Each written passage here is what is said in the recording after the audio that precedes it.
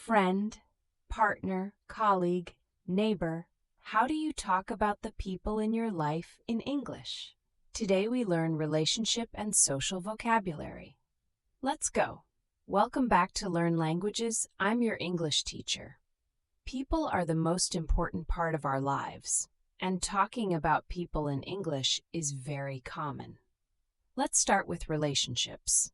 Section 1. Types of relationships. A friend, someone you like and spend time with. A best friend, your closest friend. A colleague, someone you work with. A neighbor, someone who lives near you. A partner, a romantic relationship.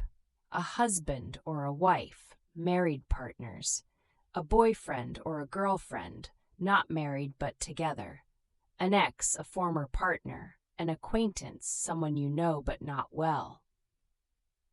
Practice. Think of 3 people in your life. What is your relationship with each?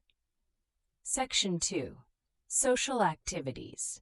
To meet up, to see someone, to hang out, to spend time together casually, to catch up, to talk after not seeing someone for a while, to go out, to go somewhere together, to throw a party, to organize a party for others, to get together, to meet as a group.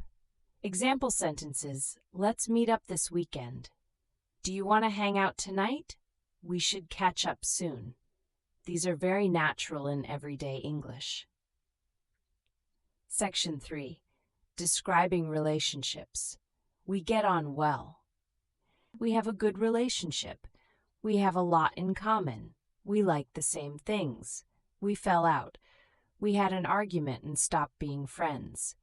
We made up. We forgave each other after an argument. We lost touch. We stopped communicating. We keep in touch. We still communicate. These phrases describe how friendships change over time. They are very useful in storytelling and conversation. Recap. Relationships: friend, colleague, neighbor, partner, acquaintance.